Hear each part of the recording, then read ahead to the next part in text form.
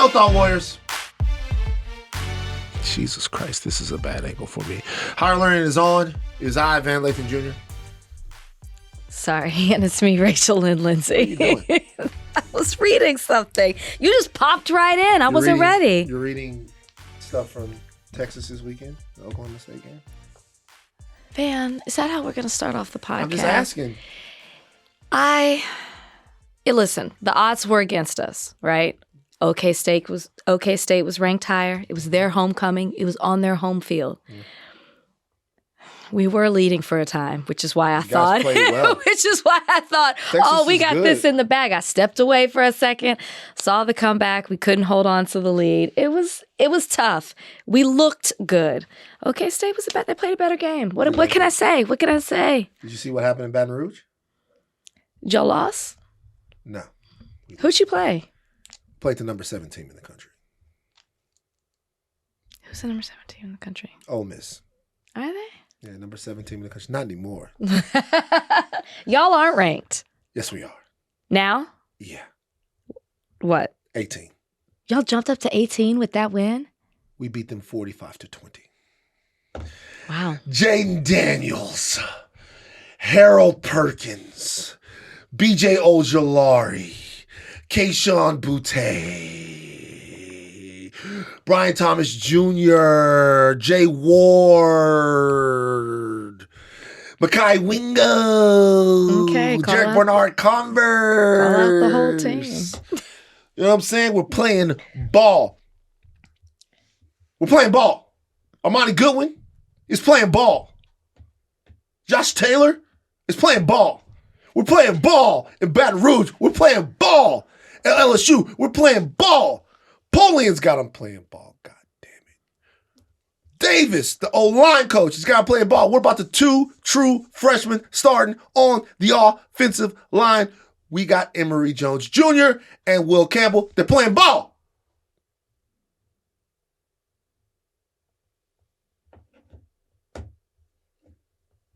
You done? We're playing ball. All right, Van. Y'all won. Good. It was an upset. Did I mention Sage Ryan? I lost track of the names. Did I mention Greg Penn? Van. Did I mention Micah Baskerville? What's wrong with you? Did I mention? What's wrong? Yes. Did I mention? You named them all. Did I mention Tremont Shorts? Yes. Oh, okay. Yes. You named them all. I just want to make sure that I don't leave anybody out. Okay. Did I mention we put Noah Kane on kickoff return and we stopped dropping the kickoff return? I hope you keep up this momentum with your team. I hope the team doesn't let you down. We got Alabama. We got to buy, and then we got Alabama. And guess what I'm saying right now? We want Bama. Where's the game? We want the game is in Baton Rouge. Why don't you go? The game is in BR. Baton. The game is in Baton. Hold on for a second. I got to say it right. Hold on. Just give me a second. Baton. Let me warm up. Let me get warmed up. Baton Rouge. That's what the game is. Baton Rouge. Okay, we got studs coming in. We got guys coming in next year. We got Jordan Allen coming. He's a freshman, a little pup on the team right now. Landon Ibieta. Stop. We got Manning. Oh, you guys got Manning coming in. That is true. Even though I like our quarterback right now. Oh, he's good. And Texas played good. Stuff like Texas is doing great. So, like, here's the thing. That's a tough game on the road. Like against a number 11 team in the country, Oklahoma State's good. Texas nearly won. If Quinn Ewers would have played maybe a slightly cleaner game, you guys would have won. But you guys are a good team. No, I know. It was a tough loss. It was a tough loss. Cowboys won, though, so you know. Who'd they play? Detroit. We got to talk about that. It's all right. They played the Lions? Oh, Detroit. Won? Yeah. Dak's back. Oh, Dak Prescott came back? Mm-hmm. They didn't overdo it, which was great. What did he do? He was like 19 for 25. Okay, so he played a little over 200 yards. Yeah. Pretty accurate. They ran the ball a lot. Mm-hmm. It's good. The Cowboys have Dre Jenkins, right? Who? Dre Jenkins. He plays wide receiver for the Cowboys, right? Does he? Oh, I'm sorry. He plays for LSU. As does Malik. What? As does Malik Neighbors. Man, Donnie, I forgot. Are you really a Lions fan? Yuck. Yes. Donnie, how does it feel to have never won anything? Wow. It sucks. Donnie, it honestly sucks. No, it does. But I feel like at some point, at some point in my lifetime, we are going to win, and it's going to feel so good. So I'm just holding out for that moment. Wow. Who's gonna be the quarterback that takes you guys to the promised land? Who? Jesus? Y'all gonna have to come. Jesus is gonna have to call The his second own coming. number. He's probably in middle school right now. He's a child, whoever it is. Why I feel like the Pistons, they'll win a championship before the Lions do. They fuck around and get good. Like, why does... I always wonder, what can keep a franchise sucking for like 30 years? If you ask Bad people management. in Michigan, they'll say the owners. Yeah. They'll say they need to sell the team. The Fords. It's They hate bad the Fords. management. They say the same thing about us with Jerry. Well, I mean, so Jerry won before. Jerry won before. How long has it been since we haven't even gotten close? Not an NFC championship. Yeah. We haven't even been close. Don't make me relive. Don't make me talk about the team like this. You know, it's been like 27 years What? since we made it to the Super Bowl. Because you guys were good when you had Garrett Nussmeier. He plays for LSU. Man, I'm not doing this anymore. Garrett Nussmeier plays for LSU. Okay, Walker Howard, freshman. Donnie, make him What? stop. What? How's Bozeman? Ben, how's Bozeman? Oh, Bozeman's doing better. Oh yeah, how's Bozeman? Bozeman finally got neutered. It was not a great situation. Why? Number one, so our dentist's name is Jack Besh. Okay. That's not true. Jack Besh plays for LSU. Okay. Van? Okay. I'm sorry. I don't like seeing the dog anything other than super happy, lively, upbeat. And like Bozeman was, it feels like when he came out of the vet's office, he wouldn't get in the car. He was just so disoriented. He was like, what the hell? Why am I so tired? Like, where are my balls? That's not what he was thinking. And then it's like, what? Who am I to take?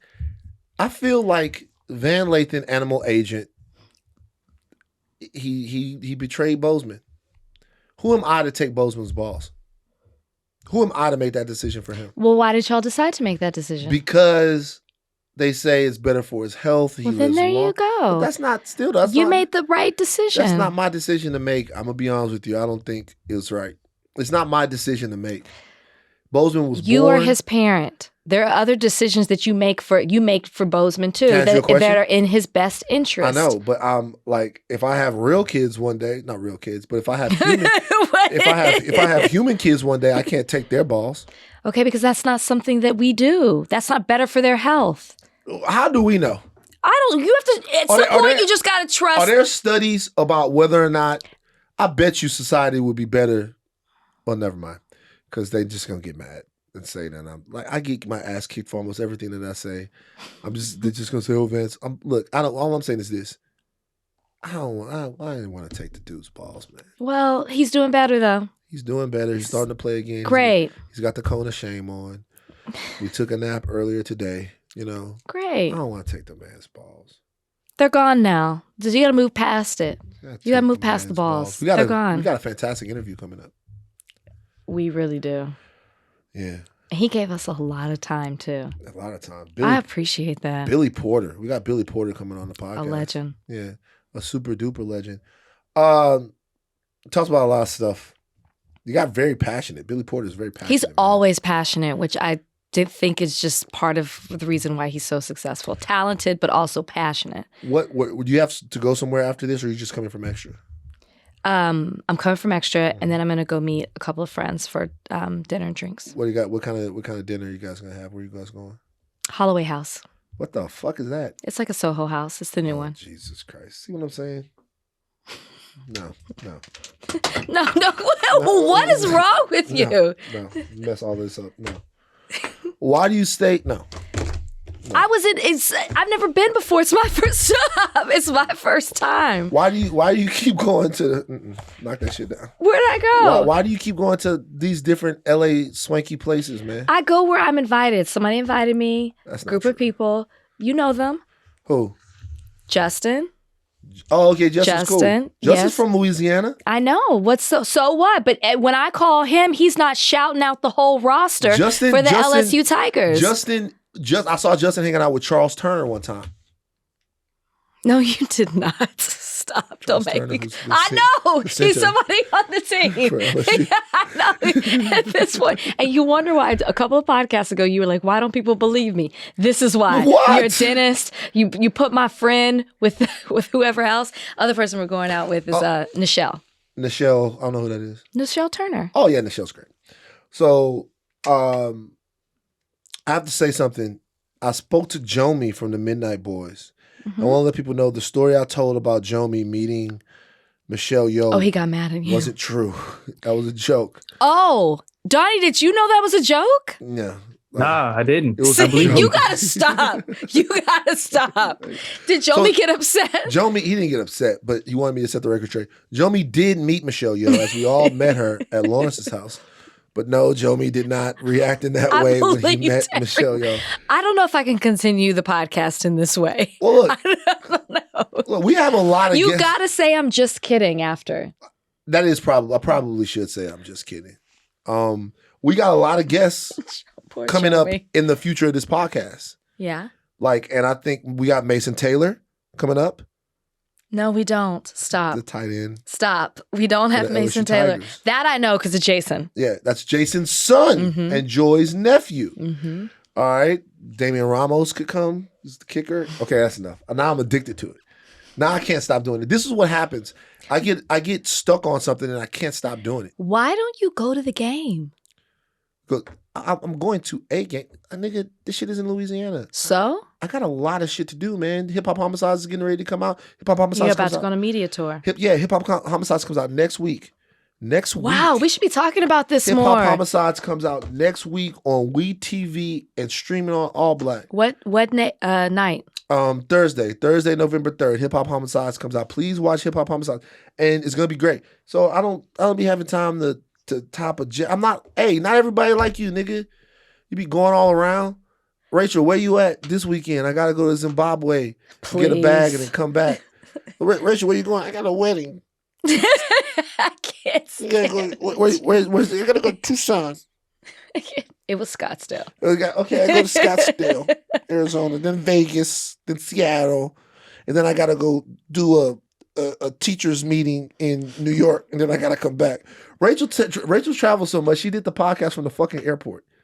Don't tell me. I got shit. I gotta do stuff, and so I don't have time to go to the LSU game. Have you gone to a Texas game this year? No, I don't have time. See? I can't get there. The last LSU game I went to, we was with you. That's true, because it was They here. played here. Man, I would love to go. I've never been inside a LSU stadium. I have been to the tailgate. Yeah. Because remember I told you I used to date that guy from Zachary. Yeah. But I've never been inside. Mm. I Inside want the to go. actual stadium. Yes, for a game. I want to go. Yeah. I have this. I want to go to all big college stadiums. It would be great to see a lot of them. Right. Because I've only really seen the ones in the SEC. I've been to Gainesville. I've been in Gainesville. I've been to Bryant-Denny Stadium. That's in Alabama. Jordan Hare Stadium. That's Auburn. Been Yeah, to Georgia. I've Been to been all those. of these places. Been to Knoxville once. Been to all the Mississippi schools. Oh, So wow. I've been to those. You've been to a lot. Oh yeah, we used to travel. We used to get in the we used to and make it on down there. You know what I'm saying? CLSU, baby. Go CLSU. I can't wait, bro. I can't wait till we're back. Right now we're having a good season. Last season sucked so bad. We're not going to be able to shut them up around here if they go. But you know what? If Texas was like that, Texas is back. you Texas was wouldn't- down. No, way. but I mean, like, Yeah. if we had beaten Alabama and we were headed to another national championship. What else? What are you gonna order for dinner tonight? What? I don't know. I've what you never gonna been eat? there. I don't know. I've Let's never look at the been menu. there. No, let's for a not second. look at the menu. We're doing way too much around here. Nah, hold on for a second. We gotta look at the menu because what we should do is we should let the Thought Warriors Not pick my choose food. what you're gonna eat. No, you know how picky I am. Let's see, Holloway House Social Club. Ooh. Oh wait, this is the Soho House. I said it's a Soho house. It's not the one in West Hollywood. So wait. It's a different one. They got multiple. So wait, why would they open another Soho House in West Hollywood? I'll let you know when I get there. Maybe the other one's too crowded. Maybe it's too sceney. I don't know. They got bedrooms in the Holloway house? They have bedrooms in the Soho house. Wait, what? I don't think the West Hollywood one, but downtown. Oh, yeah, downtown is the whole fucking... Wait a minute, man. When did this come out? Like a couple of months ago. Holloway House food menu. Okay, here we go. I'm sorry, Thought Warriors. Wait, it's not. No, it's not. There's nothing. Yes. This is good. Okay, so this is they got matzo ball. They got roasted tomato soup. They got chicken liver toast. Okay, meatballs, mac and cheese, baked goat's cheese, halibut, crudo, whatever. Let's go to the. Okay, these are the large plates because you're gonna have dinner, right? You're gonna be hungry. I am. They got corn ravioli. They got Mary's Farm flat iron chicken. They got organic salmon, Alaskan halibut, steak frites. Did we lose you? No. Okay, what's wrong? I already know what you're going to get. Oh my gosh. Don't tell me not with caramelized apples. Oh, they got a pork chop. You're right. Got a pork chop. I'm already salivating. All right, let's get the fuck out of here. Rachel's going to eat another big slab of pork. Jesus Christ, I can't believe it. I've never been so excited. Yeah, get the hell out of here. All right, you guys. We got Billy Porter coming up in a little bit. Rachel's going to the Holloway house tonight. Fucking Drake will probably be there. Drake turns 36 this year. It's his birthday or something coming up. What? Leslie Jordan. Oh, very sad. We have to talk about that. I just saw him last month. Really? Have you ever met him? No, I haven't. Social media doesn't do him justice. So there were a couple of people I feel like in COVID that I really got into that always made me smile when I would watch them on social media. Danny Pellegrino, I started listening to his podcast about housewives. Stevie Mackey, Taco Tuesdays. I don't know if you've ever seen him. Mm-mm. All these artists come together on a Tuesday and sing these rendition of songs. I mean, insanely talented. I finally got to go to my first one this past week. Mm-hmm. And Leslie Jordan, who I knew who he was. You know, he's been in multiple things. He's a very popular character. But you really got to know him through his storytelling and everything he was doing on social media. And even when I was going through something, I would always just scroll through his social media just to laugh, just to listen to him. But to meet him in person, full of so much joy, so fun, so nice. He made you feel like he knew you forever. Mm-hmm. And you might have only been in his presence for like 5 minutes. I saw him last at the Jennifer Hudson show. We were on the show together. He went out before me. Mm-hmm. And we were like all captivated backstage, just watching him tell stories or listening to him tell stories about his life and how he grew up. And he was speaking about recently losing his mother and then his sister. So when I heard that news today, I just got like such a pit in my stomach hearing that. I just, family, friends, everyone who knew him, just sending you all a lot of love. Yeah. It just seemed like a really vibrant sort of wellspring of life and good energy. So, I mean, we definitely need more of those and not less. So rest in peace to Leslie Jordan. All right, we will be back on the other side of this with the big deal of the day. All right, Clarence Thomas freezes order for Lindsey Graham to testify before Georgia grand jury investigating the 2020 election. Judge Clarence Thomas on Monday agreed to temporarily freeze a lower court order requiring the testimony of Republican Senator Lindsey Graham in front of an Atlanta area special grand jury that is looking into the bogus claims to fuck with the election in 2020. Thomas acted alone because he has jurisdiction of the lower court, that issued the order. The move is an administrative stay that was most likely issued Monday to give the Supreme Court justices more time to consider the dispute. The court has asked for a response from the Georgia investigators by Thursday. Fannie Willis, who is the Fulton County District Attorney, that's a name that you guys might have been hearing recently, is a Democrat. She is spearheading a special grand jury investigation into Donald Trump-aligned efforts to manipulate the results of that election. She's indicated that she would like to question Lindsey Graham on specific calls that he made to election officials in Georgia after the election. Rachel, you heard this news And what the fuck do you think about it? Big deal, little deal, medium deal. What do you think? What big deal, little deal, medium? What are you talking about? I'm asking you what kind of deal you think this is. Clarence Thomas's name being attached to, even though it's Lindsey Graham's possible involvement with the election and voting and all of that, just anything with Clarence Thomas that's tied to this, that's tied to anything with the Trump administration, always just is triggering to me, because I feel like even though we know that our Supreme Court justices they're supposed to be bipartisan, we know they're not by who votes them. Not votes them, but who appoints them into office. But when I see Clarence Thomas tied to anything, and he's well within his right to stay this as he did, it just seems so wrong to me because of his wife being involved so much with January 6th. And it seems like the preparation for all of that to take place, she had her hands in it. Even after it, she seemed to be involved in some sort of way, at least making certain phone calls to people within Trump's administration. So when I see him tied to this, it seems dirty. It seems like he has his, and like I said, he's well within his right to do this. He's not wrong, but something about it just seems so wrong. That was my first reaction when I saw it. But I mean, what are you going to do? He's given at this point, Clarence Thomas has given the prosecutors in Georgia till Thursday to respond to this order of his. I foresee it moving forward. I think that Lindsey Graham is going to have to testify. The way that whatever the exact clause, what's the name of the clause that he's, the Constitution's speech or debate clause that he's trying to hide behind, it seems like certain actions that he did don't protect him. Certain things that he said aren't covered by that clause. So it sounds like, which a court already ruled on, it sounds like he eventually will have to probably end up testifying. So I don't know. I guess we'll see what happens there. I think, this is, in the grand scheme of things, probably not going to do much to,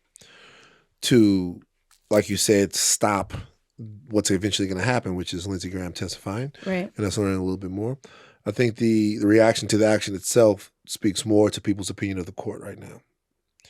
There was a time in America where the Supreme Court was looked at as a body that made tough but constitutionally accurate decisions.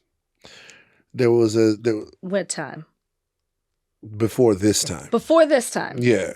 There was a time when, the Supreme Court, made what I consider to be the right decision on Roe. There was a time when the Supreme Court took on all kinds of cases that were tough, but there was a cleanness about the court. Not that they always made decisions that people agree with or that I agree with, but there was a cleanness about the court. There was a grace and a perception of the court that by the time it got to them, that what you would get was the actual instrument of justice, that you would get something that was akin to, it was the purest part of America, like the Supreme Court itself. It was something to where it was about the arguments based upon the rights that you're supposed to have as an American citizen. I think it started at a certain point, right? Like Brown versus Board of Education. Because let's not forget the Supreme Court before was saying that, Yeah, but I'm not talking about that because I wasn't around. But you weren't around in the 50s either. I know, but what I'm telling you is the Supreme Court that I came to know. I'm not even talking about Brown versus I just want to clarify that the Supreme Court has not always been doing. The Supreme Court has always been fucked and have always made bad decisions. But there was a point where, in my life at least, I'll speak for myself. In my life at least, when I came of age, I thought, hey, by the time something gets to the Supreme Court, what you're going to get is some semblance of fairness, and some, at least the appearance that the decision being made is in the best interest of American freedom and American justice. That is completely gone. So now, whatever happens with the court, there'll always be an air of skepticism. There'll always be, and look, I'm not saying that as a black man, I thought that we ever got a fair shake in the American judicial system. I'm not saying that at all. What I'm saying is that now this court is so forfeit and so tainted, and the reputation of it is just so destroyed that I question everything. I don't trust them. I don't like them. I think Clarence Thomas is top 10 worst people ever to have power in the history of American politics. I think, and I'm curious to what you think, I think it's always going to be this way. I think it's ruined. I think it's going to be hard to separate politics from the court from here on out. I don't know how you get back to the place that you felt, and me too, that the Supreme Court was when we were coming up. I don't think you can separate the two anymore. First of all, they sit on the court forever. Yeah. So it's not changing anytime soon, unless something terrible happens. So I don't think that we had this much discussion about the court because I think that it was probably less. I mean, in our lives, I don't think that they were, what they did was as important to our. When I would hear about Supreme Court cases, I would hear about people that were able to argue something all the way to Supreme Court and beat the case on the basis of freedoms guaranteed to you in the Constitution. You hear about Larry Flint. There were some cases like Roe, which then established something that was sweeping across millions and millions and millions of people. But more so, it was almost an intimate thing where you had this group of people whose job it was to make sure that certain tenets of American existence stayed the way that they are. And they weren't weapons. They weren't weapons of mass destruction, at least not the way I looked at them. And now it seems that they're just another arm, another symptom of what's going wrong in the country. And as far as our ability to kind of restore the integrity of the court, I think that's a larger question about whether or not Americans will ever be able to trust each other again. And each other or those in power? Well, each other first. Because remember, if I trust you, right? If I trust that for you, that we're living in a community together, and we're both going to understand that in order to live in this community, there are going to be some things, some ways, some deals that we're going to make where we're both going to lose slightly. Or in the grand scheme of things, even if it's not one issue or two issues that we both lose on, there are going to be enough losses on your side and enough losses on my side to where we're going to get to a place that we can have this thing called compromise. And compromise keeps peace. Compromise keeps civilization going forward. Compromise, keeps us rolling on. But if the compromises are being made around what I can do with my body, like my right to live, my right to move, my right to vote, things that are fundamental pieces of American existence, then if I have to compromise on those things, then I can't. Yeah. And so the question is, how do we move the country to a point to where we can agree to disagree again? And the Supreme Court's a big part of that because they're now not acting in the will of the law. They're acting on behalf of the will of the people. Absolutely. Which is why there's this separation of powers, which their people, should I say. Yeah. You've got executive with the president, you've got the legislative with Congress, and you know that that's political. Yeah. You know that's partisan. The judicial stood alone by itself, where, like you said, it's the law of the land. They make these decisions. They were just held in such high esteem. Now they've muddied the waters. That's why I said with Clarence Thomas doing this stay, it just seems so dirty. It seems dirty. Very dirty. Like it might be, for all I know, it could be business as usual, but I just don't trust the court anymore. It is business. It is. They're allowed to do it. Each one has certain jurisdictions across the country. Each Supreme Court justice, and this is under his jurisdiction. But it seems that the subject matter of what the order is related to is what makes it seem so dirty. But back to the branches, judicial is the one you looked at and you said, but they're not. Even if they were, they did not give the appearance. It did not seem like they were affected. by the decisions from the executive or the legislative branch. They stood alone because their job was to follow the law as it was written. And now that's not what's being done. When you look at what's happening with Roe, and then you look at the things that Clarence Thomas is trying to push forward that is going to take away the rights of even more people.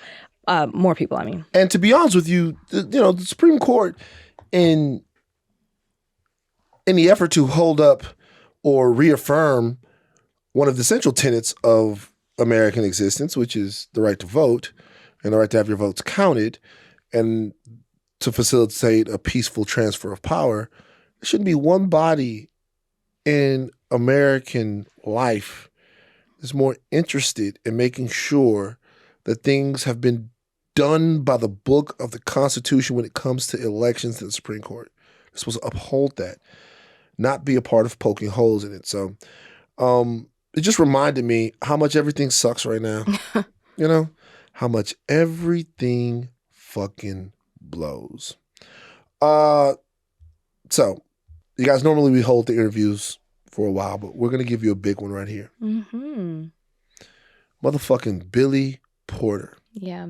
Talked to Billy about some of everything, including his new memoir. It came out last year, but it's available in paperback right now. And a brand new film that he has on Amazon. Billy also gets very, very passionate about how he feels like, or his opinions on hip hop and what hip hop has meant to his existence the last couple of generations. You will not want to miss this.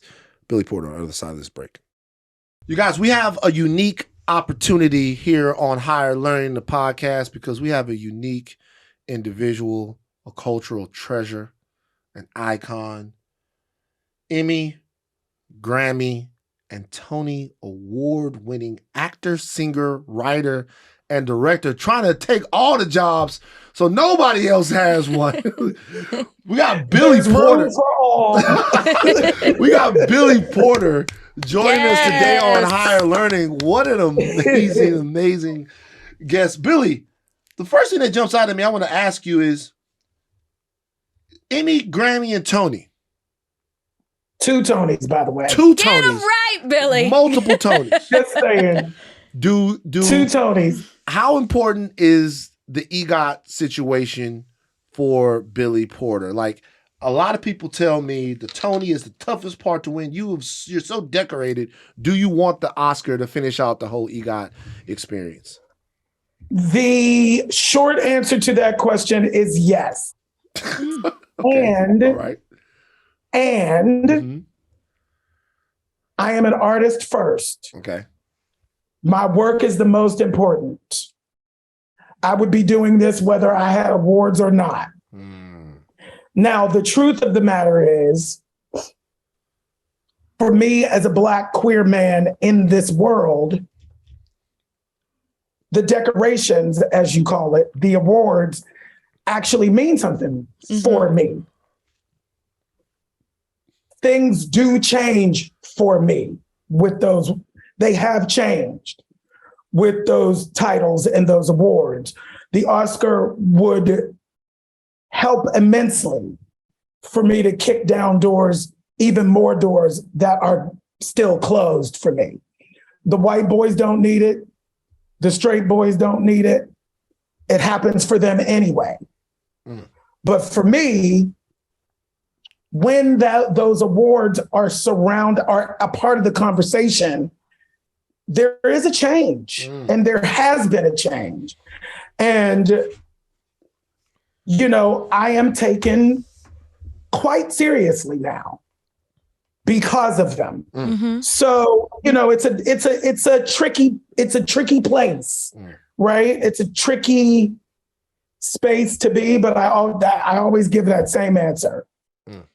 Billy, you talk about other doors that are closed that you want to walk through. What else do you want to do? Like, what do you see? You do so much, and I'm sure you're working on so much right now, but what's a door that's been closed for you that you want to walk through? First of all, I'm trying to be the head bitch in charge. So, you're well on your way. I'm close. The thing for me is I just directed my first feature film last summer. was released this July on Amazon Prime. It's called Anything's Possible. And it follows, it's a rom-com, romantic comedy coming of age story that follows a Black trans girl in high school. She gets a Muslim boyfriend. It's a celebration of life. Mm-hmm. And our heroine just happens to be Black and trans. I want to be at the forefront of telling the stories of my people and my community, the voices that have been silenced for a really long time. And while there has been a lot of change and a lot of progress, there's still a lot of lip service when it comes to the green lighting of certain projects. Mm-hmm. I just started certain types of projects. I just started my production company. It's called Incognegro. Love it. Okay. Yeah. Love it. Chew on that. Yes. And, I just started, so this is not a complaint. Mm-hmm. But trying to get that thing greenlit, trying to get those things greenlit, trying to get my projects greenlit, post-COVID, the business has been constricting. Mm-hmm. I use Netflix as like very parallel to the tech bubble. Mm. Netflix and was the first streaming service to plant their flag in the space. And the way they did it was throwing bags of money at everything and everybody. It seemed as if they had pockets so deep that it would never end. Right. Mm-hmm. And everybody followed behind that. And now it's collapsing in on itself. Just like the tech bubble that imploded or exploded or whatever you want to call it. And so it's really hard right now to get really brilliant projects greenlit. Those are the doors that I'm trying to break down. Whether I'm writing and directing it, whether I'm creating it, whether I'm just producing it, whatever it is, I'm coming up against walls with it. Yeah. Now, that never has deterred me, and we will be fine. But specifically in this moment, it's that. It's also for me, I'm working on my new music. I'm signed to Republic Records. Mm-hmm. Word up. In conjunction with Island in the UK. Top record label in the business is Republic right now. I have a pop album ready. I'm 53 years old. And the question, not for me, it's not a question, but the jury is still out as to whether or not one can enter the pop music space in their 50s. I'm doing it. The work is there. It's the most extraordinary experience I've had, as in terms of my music. I've been in the music business for a very long time. A lot of people don't know this, but my first R&B album on A&M Records came out in 1997. Yeah, I actually saw the video that was going around on Twitter. The one from the song from First Wives Club. It was some real Gerald. It was some real R&B there. Yeah, Billy. It's a different Billy Porter. Yeah, and they kicked my black faggot ass out. And I can say it now. I know you can. I can say it out loud and talk about it because it is the truth. And when it comes out of my mouth, it's not received as if I'm a hater. Sure. Because I am successful. Yes. I did it anyway. Yeah. I went the back way. I joke and say I came in the back way. And so now it's about, I spent the first 20 years of my career trying to be taken seriously as an artist, particularly as an actor. And now all this has evolved and happened. And, I read posts that say, oh, I didn't know Pray Tell could sing. You know, and it's like the singing voice is the actual gift from on high. That is the thing that gave me the courage to expand my art in all of these other places. Yeah. So now I have to like circle back and go, no, y'all, Daddy is the singer. The singer. You know, like it's, you know, it's an interesting place. So I don't, you know, it's not we're talking in terms of doors. Right. You know, so now I'm trying to kick that pop music door down so I could play stadiums like Gaga and Beyonce. What up? Because that's who I am. Let me ask you this. Recently a movie came out, Bros. Yes. That Billy Eichner did. And I saw the movie.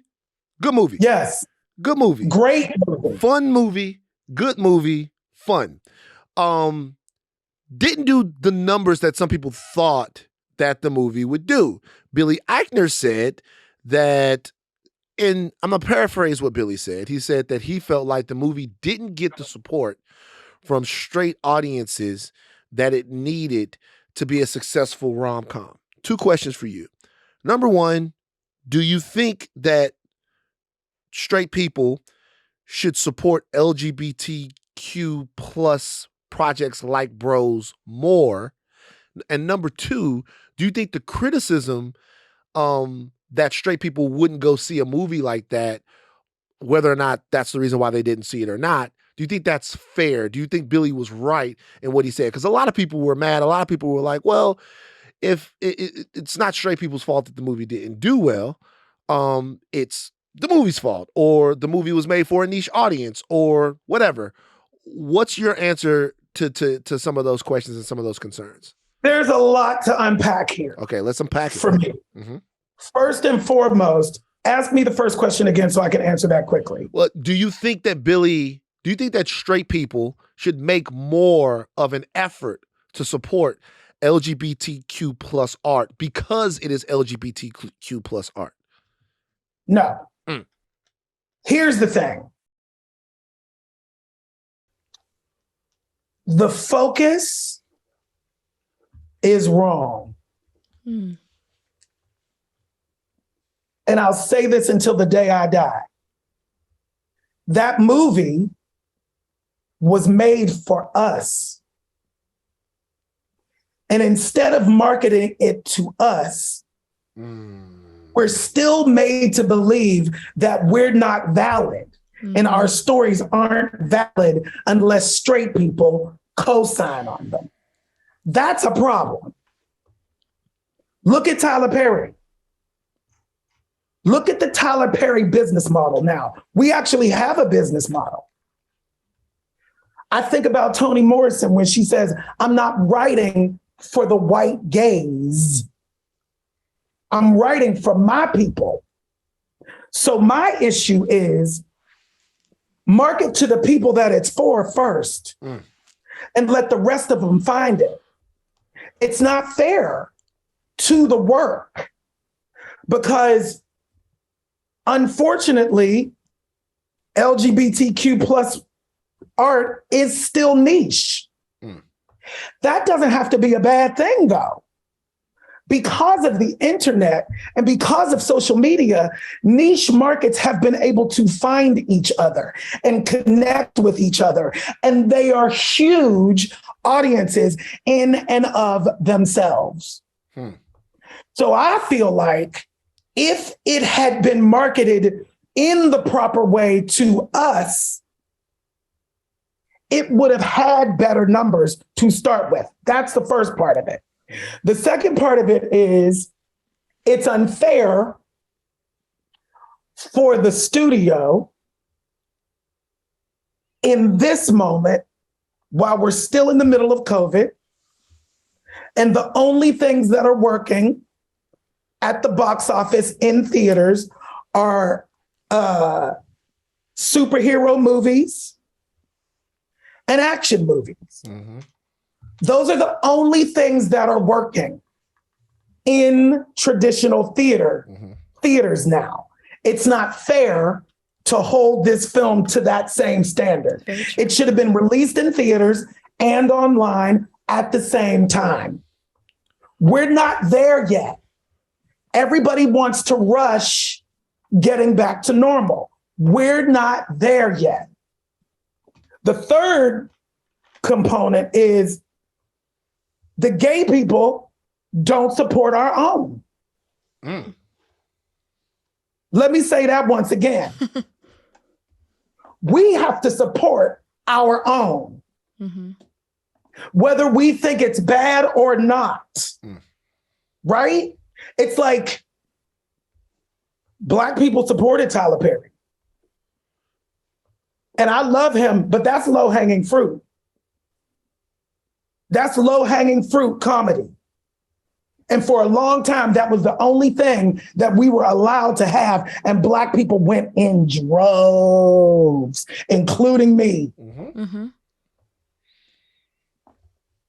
So there's a lot to unpack there. It's like, how many people, how many gay boys, how many queens did I speak to who had not been and weren't even thinking about going? The fuck is that? I'm sorry. We talk like that here. Okay. What the fuck is that? You know what I mean? It's like this is an all hands on deck effort. And let me just say this, Bros is a game changer. Bros, for you, Van, is a good movie. Yeah. For us, we have never seen anything like it. Interesting. It's real.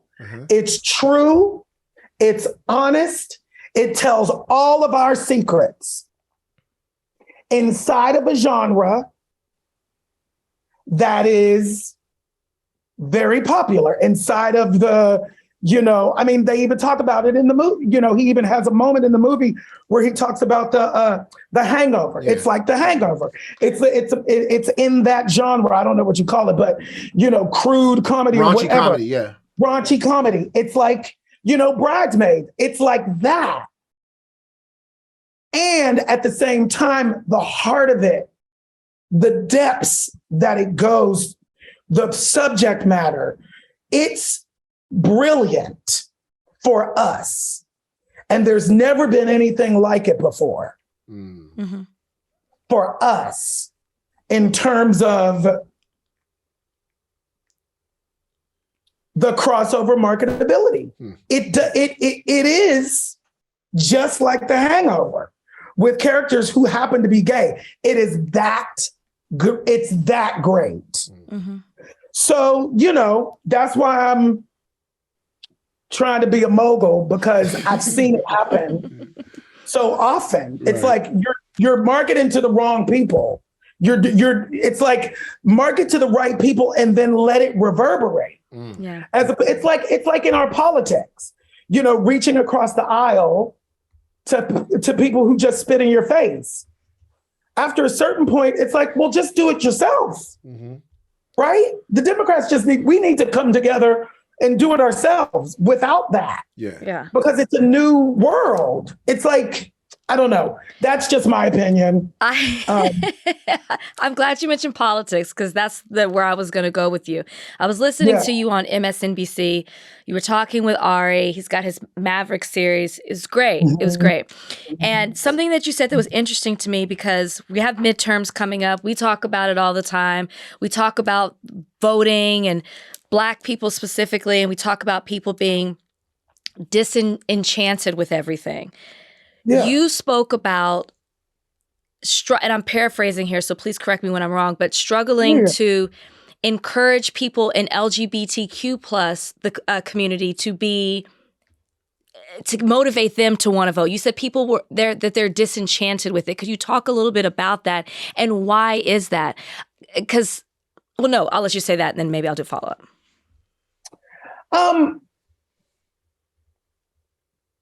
For me, as an observer, the issue is It's cyclical. Everything is cyclical. The circle of life is cyclical. We have been in a progressive place for about 40, 50 years now, right? Mm-hmm. Yes, it's slow. Yes, the arc of justice, all of that stuff. But if we're being honest with ourselves, we've benefited. This generation has benefited from all of the work that was done before us and while we've been here until now.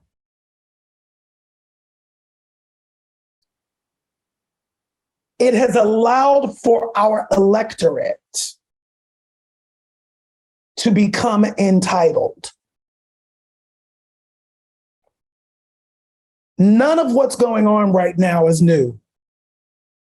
And yet, every time I turn on the news, it's presented as if it is.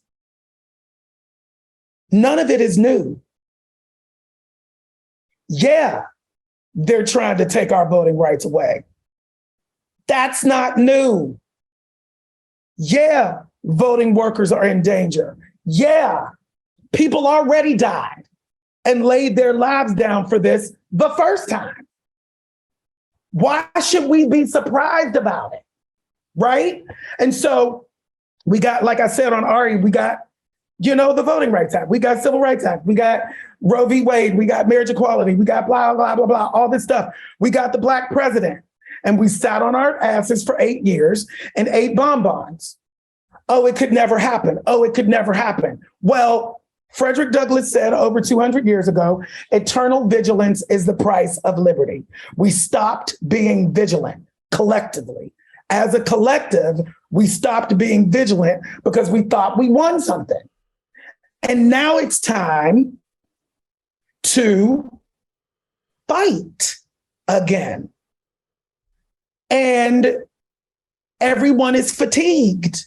Yeah, vigilance is exhausting, Billy. So what?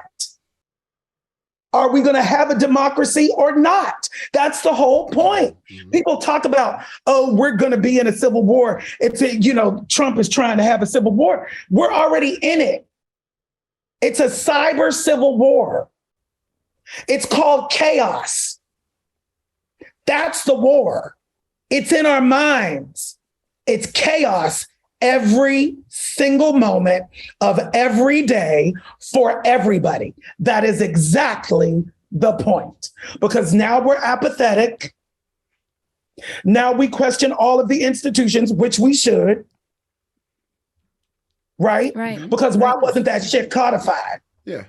I don't understand why it wasn't codified since 1973. Roe versus Wade wasn't codified. I didn't even know that was a thing. Right. Hard to do. Like, what does that mean? It's not codified. Right. The Voting Rights Act. What does that mean? When they voted on it, a decade or so ago, I said to myself, what are you voting on? You're voting to re-up my right to vote? Why isn't that a law? I don't understand what's going on. Right? And so now all of our institutions are exposed. Mm-hmm. What are we going to do about it? What do you mean there's nothing in place to deal with the Trump of it all? What do you mean you can't prosecute a sitting president? So then there are people who are above the law. Yeah. Mm-hmm. There are. Like I said on Ari, I was like, if I get subpoenaed and I refuse the subpoena, they throw my Black ass under the jail. Why are these people not in jail? Mm-hmm. Mm-hmm. Period. I'm sick of talking about it. Why are they not in jail? The law is bullshit. The law is not about the truth. The law is about who can tell the better story. Wow. Period.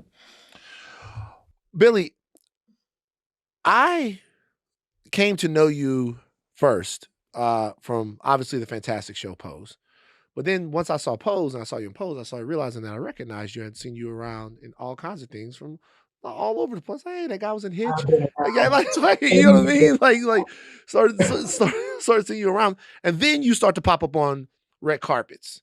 Yes. And Billy Porter on the red carpet becomes something that's not just a cultural staple. It becomes almost a revolutionary act.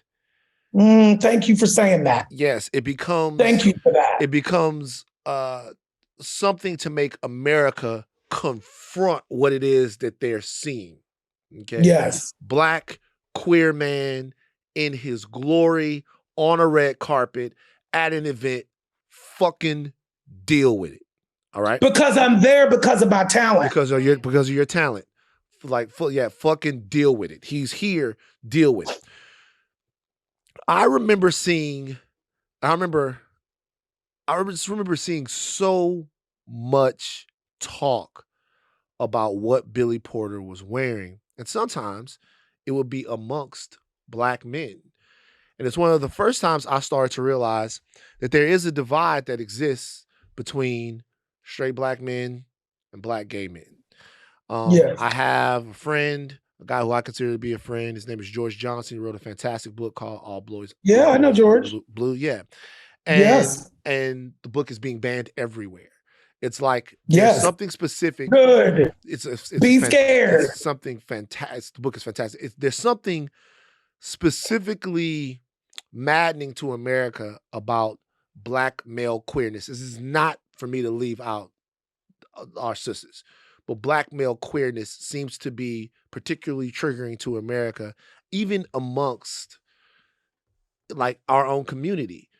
Mostly amongst our own community. As a Black man, as a straight Black man, what do you feel like needs to be done to strengthen the bond or to like talk out some of the issues that we might have between our brothers in the LGBTQ community? Like, what does Billy Porter think about a guy like Lil Boosie, who so many Black men seem to be championing some of the things that he says in regards to gay rights or gay people, Lil Nas X or whatever? It seems like there's a deep divide, and I'm not quite sure how we get to the other side of it. Well, the first thing we talk about, I think, is the alignment. How are we aligned? How are we the same? The Black community is still fighting for our basic human rights. And then we turn around very often and oppress another group of people on the outside. None of us are free till we're all free. You don't have to like me. I'm not looking for your approval. I'm not looking for your understanding. I don't need that. I validate myself. But what I demand is respect for my humanity, like I respect yours. And I don't understand why that conversation is so hard.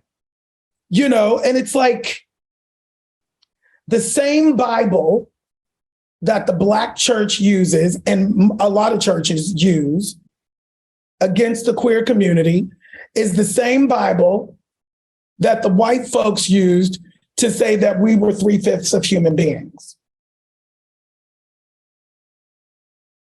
We're all human first. And that is the conversation. That's where we start. When George Floyd happened, Black Lives Matter happened. And then I turn on my Instagram, and there's a gang of Black men beating up a trans girl at the 7-Eleven. No. The answer to that is no and fuck you. And I mean it. You want your rights? Then y'all need to start acting right. for everybody else. We are all human on this planet. And I got online and I said it, and I said it, and I called the Black community out for that. And I got a lot of shit for it. I don't care. You called the Black community out for what specifically? For calling them out on that intersection. It's like, what are y'all doing? We're Black first. Right. I'm a Black man before I'm a queer man. Do you think that they were beating that Black queer lady because they were Black men, though? I think I don't care why. Right. I don't care. I don't care about the reason. Okay. The visual is you're a Black man marching for Black rights, and you're beating a Black trans girl in a store. Word. Because you don't get it. Yeah. No. It's not okay on any level. Mm-hmm. No. Yeah. You know, and so to be held accountable, we can do all this marching, we can do all this talking, we can do all this organizing. They kicked Bayard Rustin out. Not many people even know who he was. They almost never let him in. I mean, he taught Martin Luther King Jr. what nonviolence was, and he was a queen, honey, and out, and they kicked him out of the movement. He organized that march on Washington for jobs and freedom. He did that, and they kicked the faggot out. Period. Enough is enough. And this idea, and it's not just Black people, this idea that masculinity is the only thing that is viable in our culture is bullshit. And it's not just America. Mm-hmm. Look at those people over there with where was it? The man didn't want to have a interview with old girl because she wouldn't wear the thing. Yeah. You know, it's about male power. Yeah. Mm-hmm. It's about power. It's toxic, you know, and now it's getting called out. And when it gets called out, there's always a pushback. Mm-hmm. You know, it's like, too bad to me, as far as I'm concerned. Too bad. You know, I sat for decades with nothing. No work, no nothing, because I wasn't masculine enough. I wasn't masculine enough. I couldn't get arrested for work. When I came out of drama school, if you didn't play a thug or a drug dealer or a drug addict, you didn't have no work under the age of 40. You didn't. And I didn't. I was a faggot, and I was to be silenced and put out. It's my turn now to speak. And I am grateful and so humbled that I lived long enough to see this day. Mm-hmm. Because that part is real. And what I want to say to the world from a positive angle is the change has already happened. The change has already happened. That's why the pushback is so severe, right? Mm-hmm.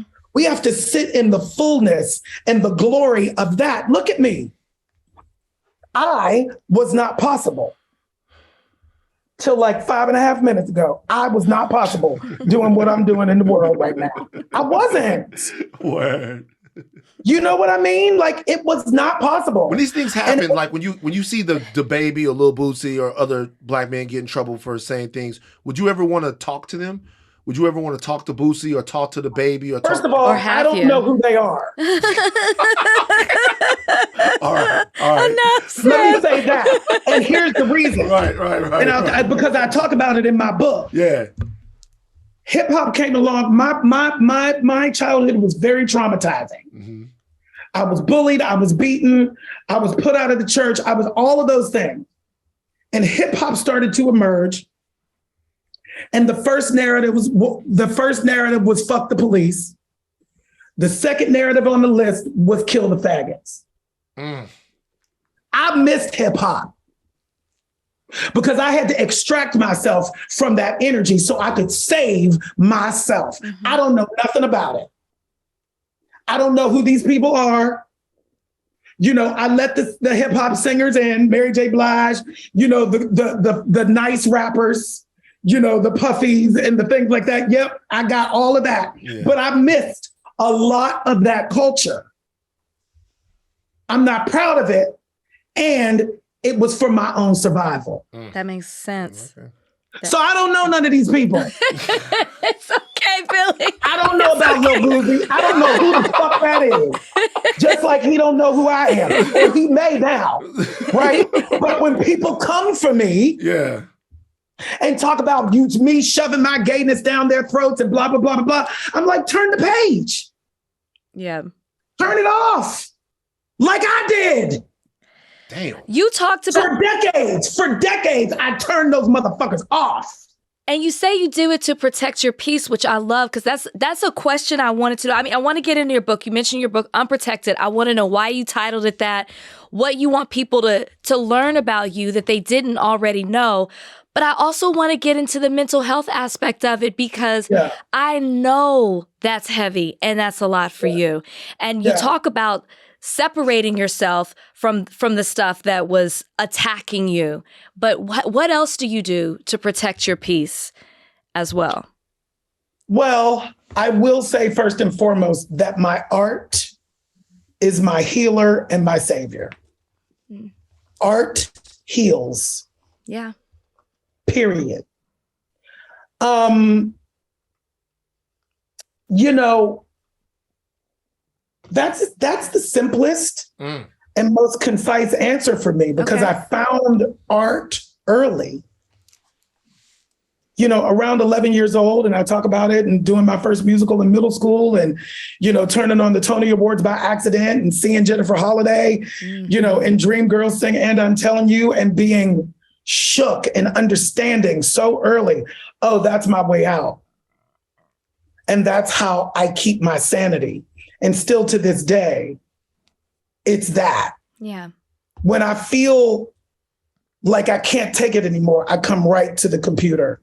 Well, almost every day. I did a book called The Artist's Way by Julia Cameron. And, you know, it's about excavating the real, you know, truth inside yourself as an artist, and everybody's an artist, blah, blah, blah. But she has this thing called Morning Pages.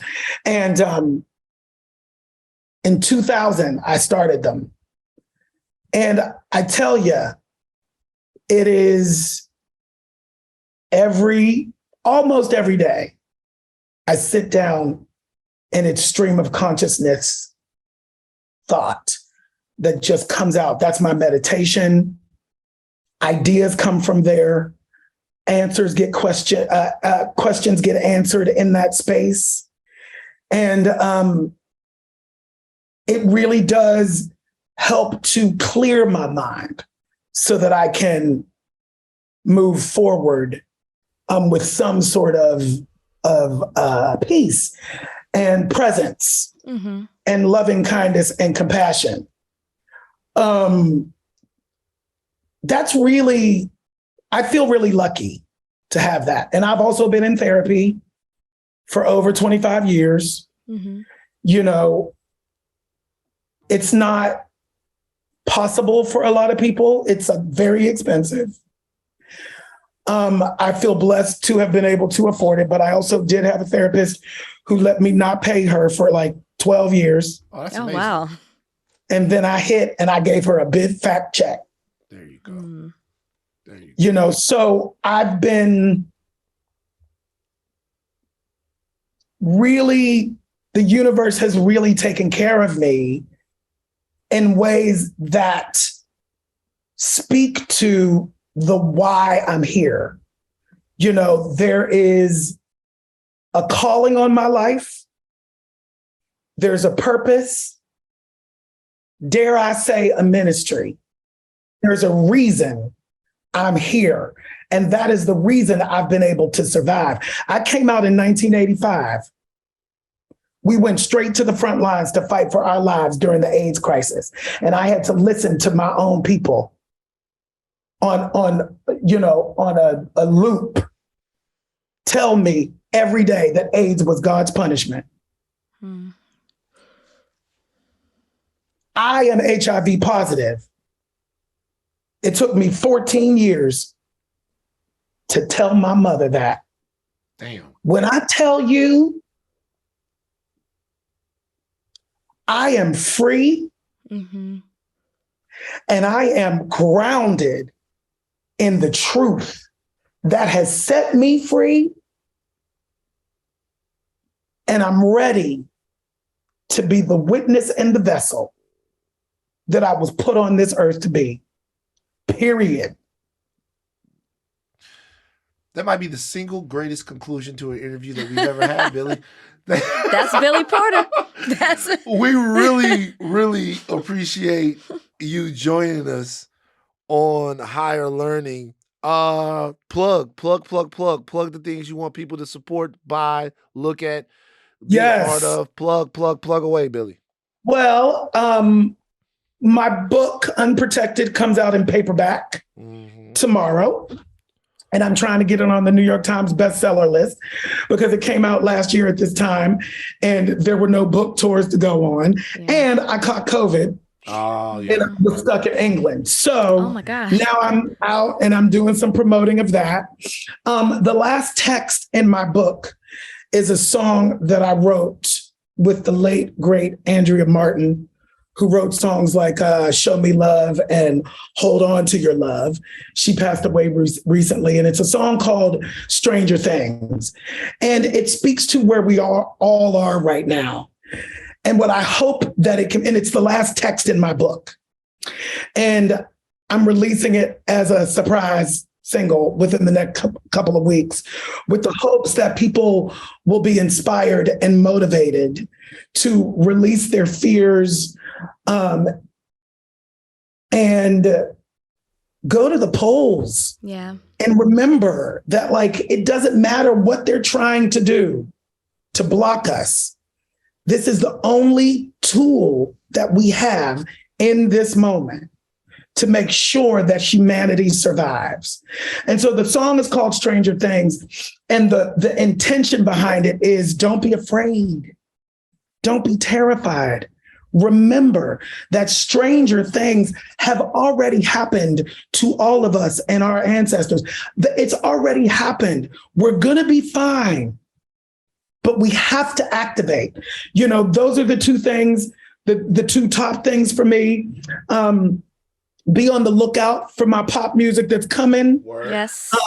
Anything's Possible, which is my first film that I directed, dropped on Amazon Prime on July 22nd. 86% fresh on Rotten Tomatoes. Oh, nice. Oh, okay. But, you know, that's a good thing that I hear. And I am, you know, there's a lot happening. Right. And I just feel really blessed. And, you know, join me on my social media. It's the Billy Porter, THEE Billy Porter. I'm all about love and spreading that. So if you have some bullshit to say, stay off my page. All right. That was Billy Porter. Thank you for joining us today. Thank you on so Higher much. Learning, Thank you. It was a pleasure Thank to have you you. so much. It's good to see you. All right, bro. And thank you. No problem. Appreciate you, Take my man. care. All right, take care, Billy. Rachel, what'd you think about Billy? Oh, I love talking to Billy. You like and him? anytime. But I loved him in this space because I've had him through Extra, which is different. But to have him in this space where Billy's always going to be Billy, but where we can be more, ask him questions about specifically about the Black community and how he feels, like the question with hip hop, about how the Black community has responded to his very being. Yeah. Very, very interesting conversation. What I also find, you said you watch Pose. I love Pose. Pose is good. And we didn't get all into this with Billy because, you know, if we could, I would have talked to him for 2 hours plus. Yeah. But the fact that, you know, he shares that he came out in 2007, that he was HIV positive.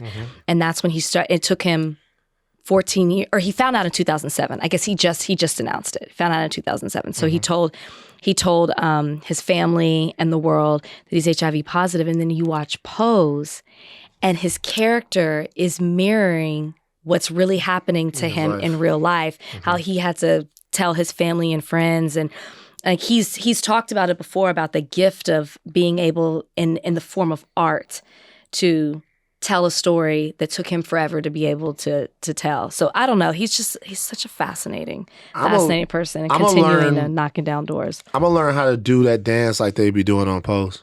You know, where they fall to the ground and they put their leg down like they're doing a hurdle. Like at the balls. Yeah, but no, I'm talking about like one specific dance. Coming to the stage. Come on, get up. No, I can't do it right now. I don't have the flexibility. But there's one dance where they fall down and their leg goes out like that. I'm gonna do that. I'm gonna bust that bitch one day. Yeah, it has a name. You don't know? I think it's called the death drop.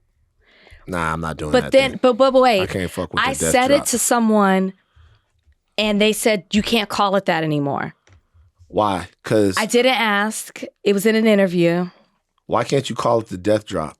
Death drop dance, yeah. They said don't call it that anymore, but I didn't ask what you're supposed to call it. It says death drop is the type of dance that dramatically falls back to end the dance.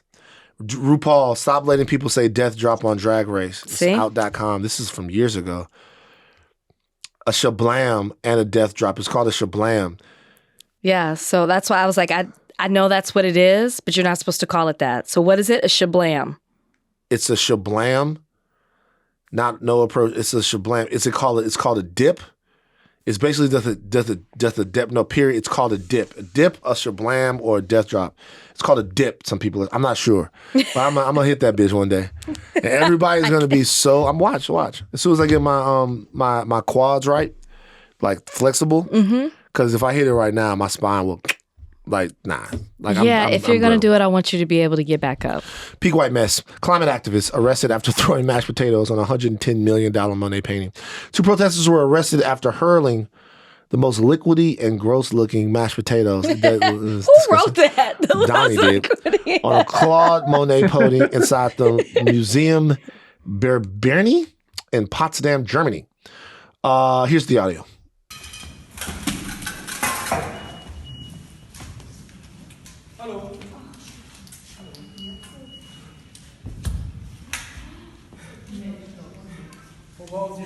Menschen hungern, Menschen frieren, Menschen sterben. Wir sind in einer Klimakatastrophe. Nah, we can't hear shit. They're talking in a different language. Donnie, can I ask you a question? Donnie, just real quick. Yes. How many motherfuckers that listen to the pod you think speak German? So you know what? This is for the people who are watching on Spotify. Nah, I'm going to be playing it along with the video, and there's subtitles, it's like, so you can read it. Well, then what are we supposed to do with it, Donnie? You should have just said, we could have just thrown to watch it beforehand. Get him, Rach. Nah. It's a problem when I get upset, Donnie. Yeah, Donnie, you got to do shit in the correct way.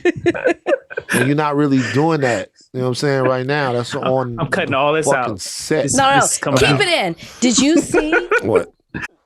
The mashed potatoes on the painting? On the Monet. Did you know they were mashed potatoes? No. What did you think it was? I thought it was like shit. Yellow paint is what I thought. Really? What do you think about stuff like this? They're protesting for climate change. Okay. I don't get it. You don't. It says it wasn't that damaged. The painting wasn't. After an immediate conservation investigation, Grain Sachs is $110 million painting. The German climate activist group, The Last Generation, took responsibility for the incident. If it takes painting with mashed potatoes or tomato soup thrown at it, to make society remember that the fossil fuels course is killing us all, then we'll give it to you. What do you think of this? Nothing. I'm not trying to be rude. Right. But I would love for someone to explain to me how you doing this gesture is going to make me want to stand up for climate change. Damn. And this just goes for anybody. Rachel's a bootlegger. No. This goes for anybody. This goes when people throw like the paint on furs and stuff.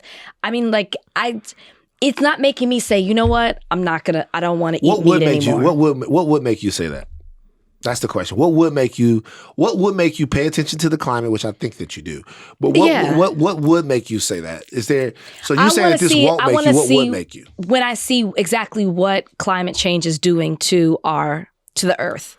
That kind of like real life stuff of you doing this is affecting the earth in this way. That to me, there's a cause and an effect. Right. Why are you looking at me like that? That stands out more to me than than you doing, like, I don't know, running naked with the message painted on your body. Like the effect lasts for 5 seconds. So I guess my thing is, I understand what you're saying, but I guess my thing is the examples of climate change are kind of everywhere, and I get it. And I think that sometimes in living our human lives, we go, hey, it's a little warmer, or we go, wow, that hurricane was really bad, or absolutely, and because as animals and creatures living on this planet, we adapt to survive and we get used to different things. You're right.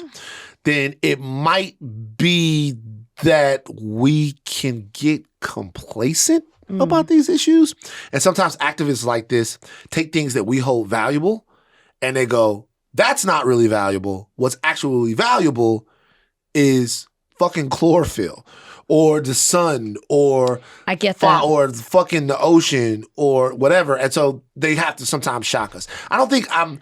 Are you immediately going to look up climate change, and when you see that, are we just going to talk about this story? I get you destroying something that people have placed value in I get all of that. Mm-hmm. But at the end of the day, what are we doing after that? Well, they're doing a lot. It's what they do all the time. They do, but they're trying to get our attention for people who aren't in the fight all the time. I think what they're attempting to do, though, is just make you talk about it and make you know who they are and maybe that they're talking about it. Now, I didn't know the name of this group.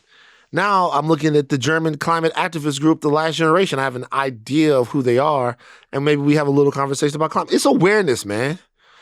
It's awareness, man. Oakland police revealed to have discussed using armed robots. The potential use of robots outfitted with the firing power of a shotgun, was discussed at a recent meeting involving Oakland police and local community members. The discussion came roughly 2 hours into a meeting last month with a civilian oversight group, with Lieutenant Omar Daza-Querez of the Oakland Police Department reportedly to have initially detailed how police might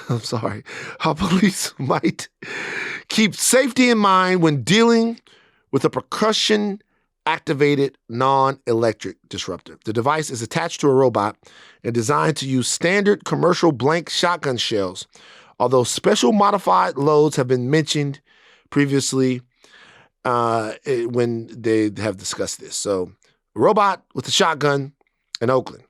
The Oakland Police Department has responded to this. OPD is not adding armed remote vehicles to the department.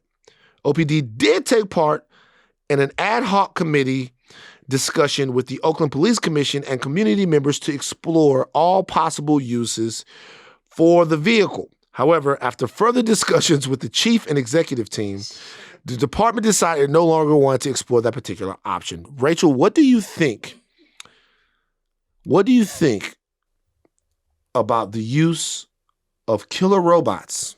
Because that's exactly what they are. Controlled by the police. I don't like robots, period. You don't like them? The other day, I was making a right-hand turn, and I let the pedestrians walk through, and I turned, and I almost hit a robot that was carrying food.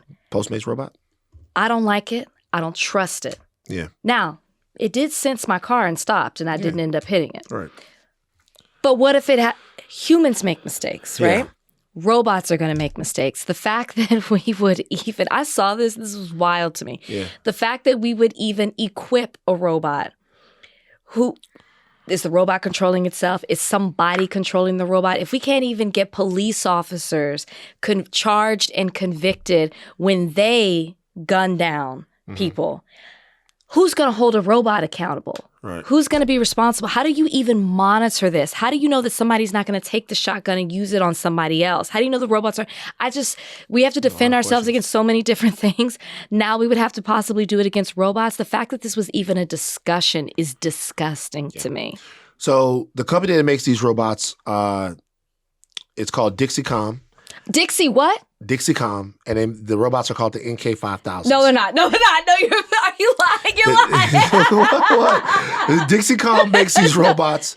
They're called the Nigga Killer 5000s.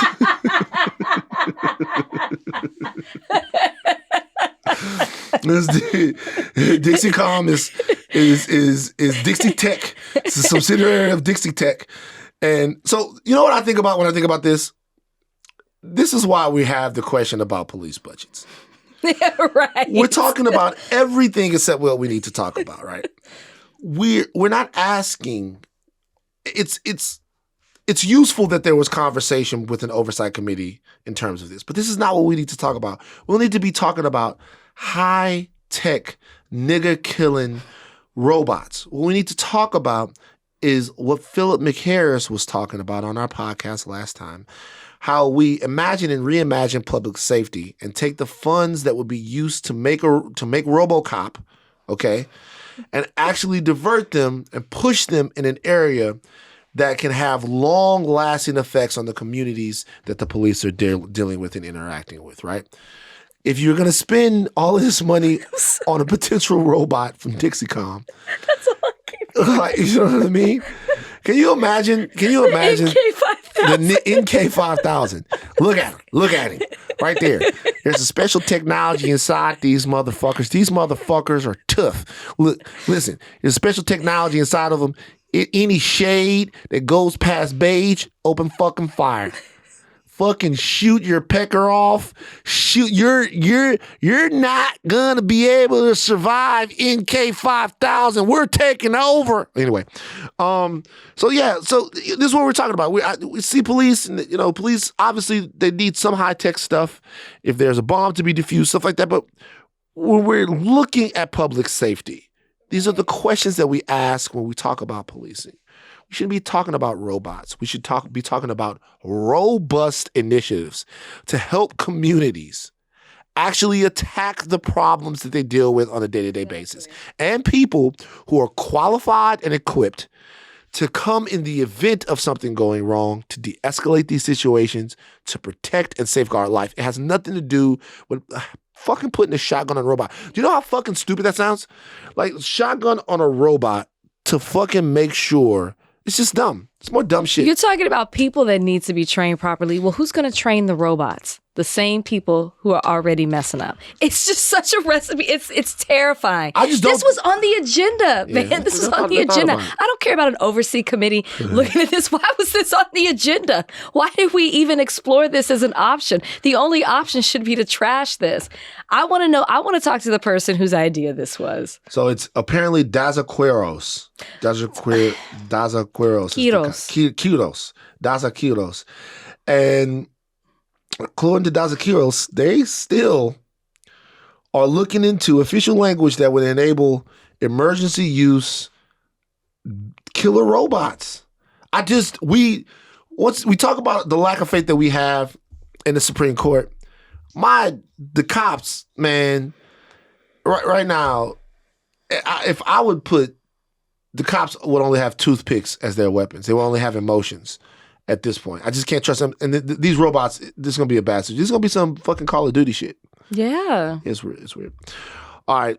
Before we get out of here, I got to talk to you about the McRib because it's back. I don't think you should do this. You ever eaten a McRib? Never. I don't like that name. Donnie. Simply the name McRib sounds absolutely disgusting to me. You ever had the McRib? A McRib. I haven't. No. Wait, My It dad doesn't have has, and he bones. loves It doesn't have bones. Yeah. Like, there is something not right. It's right up there with the liquid yellow mashed potatoes. There's something not right about a McRib. And honestly, I don't think you should be talking about this after the post that you posted today. What post did I post today? Oh, talking about the post with me? It was great. Oh, But the way you talk to yourself, the pep talk, I don't think the McRib language goes, I don't think you should go down this road. okay. So here's the thing about the McRib. Here's the thing about the McRib. This is the thing about the McRib. It's good. That's it. I haven't had a McRib in years. But let me tell you something. And I won't eat a McRib. Good. I won't have a McRib. I haven't had a McRib in years. Let me tell you something. McDonald's, I don't really eat McDonald's that much. Okay? Ever, basically. We ate it that night we came home from the Oscar party. But here's the thing. Different McDonald's foods have different wavelengths. Like, remember the Arch Deluxe? You remember that? No, I don't eat at McDonald's. Donnie, do you remember I like the the Arch chicken Deluxe? nuggets and the fries. That's it. I'm Googling it. What is the Arch Deluxe? The Arch Deluxe. It was a burger, right, that McDonald's had. Sometimes you're in the mood for Arch Deluxe. Sometimes you're in the mood for a Big Mac. Sometimes you're in the mood for a double quarter pounder with cheese. And sometimes you're in the mood to sit down with the McRib with the rib sauce and the fries right next to it and a really strong Sprite. Because when you're going to get the McRib, you want light ice in the Sprite because you want the Sprite to have the bite. Because that bite from that Sprite offends you. It's an offensive bite for the Sprite at McDonald's. And there was a moment in my life, it could be said, that I had a really, really, really strong relationship with the McRib. McDonald's is saying that this might be the last time Good. that they ever have the McRib. My question to you, very serious question of the week. And you'd never eaten at McDonald's before. I've had chicken nuggets or fries. But I can count on one hand how many times I've been to McDonald's in my life. Wait, you've never had a Big Mac? No, Oh. never in my life. 2 all beef patty, special sauce, lettuce, cheese, Wait, you've pickles, never in your onions. life had a Big Mac before? Never in my life. Swear on copper. Donnie, what are your thoughts on something like that, bro? You see what I'm saying? That's wild. I'm sure I'm not alone. I've people who've never eaten at Burger King. You've never in your life eaten at Burger Whoa. King. I might have had So you never somebody's had a fries. Big Mac or a Whopper? You never had a Big Mac or a Whopper. Mm-mm. And my parents used to stop there all the time. They used to love Burger King. What did you eat? Pork chop sandwiches, nigga? What the fuck? Like, I had chicken nuggets at Wendy's. okay. Have you ever had a fast food Burger? burger? Period. I had In-N-Out, and it solidified why I don't eat fast food burgers. In-N-Out burgers are good. So you never ate at Five Guys before? No. You never eat at Wendy's? You never had a burger from Wendy's? No. Do you like hamburgers? Just the nuggets. So I read that book, Fast Food. What's it called? Fast Food Nation, yeah. Fast Food Nation. So you ask about things that you're like, what would impact you? What would change your mind? When I read that, it made me not really. I have eaten hamburgers, but if I look down into a burger, it absolutely disgusts me because I think about that book. So you don't like hamburgers, so that's why you haven't had it. But I do. I've eaten them since, but if I have to, I avoid them. So this is Van's very serious question of the week. What is one fast food item that they don't have anymore that you wish they would bring back?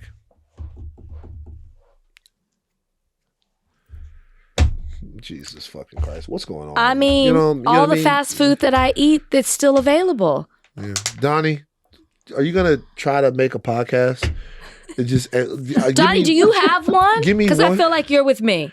Give me one. I have to think on it. I haven't eaten fast food in a while. I've been trying to be healthier. I haven't eaten it in a while either, but I still have an answer. Yeah. It's the McRib What's your for you? answer? It's not the McRib. McDonald's had something 5-6 years ago, maybe longer, maybe 10. It's 2012, so maybe it's like 2014. McDonald's came out with their own wings. Ew.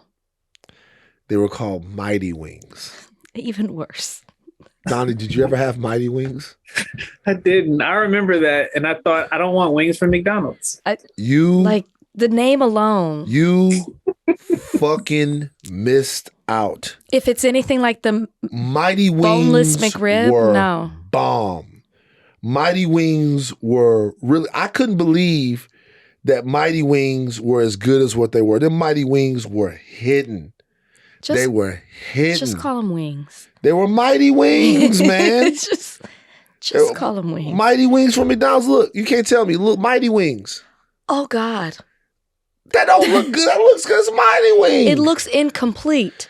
Man, Rachel, you ain't never eat a hamburger, nigga. You can't tell me about no goddamn Mighty Wings. Oh, chicken? I know.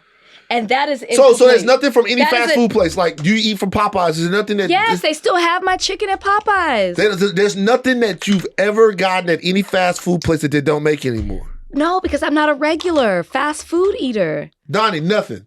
There's nothing that you can think of. Is there a fast food restaurant that they don't have anymore? Checkers.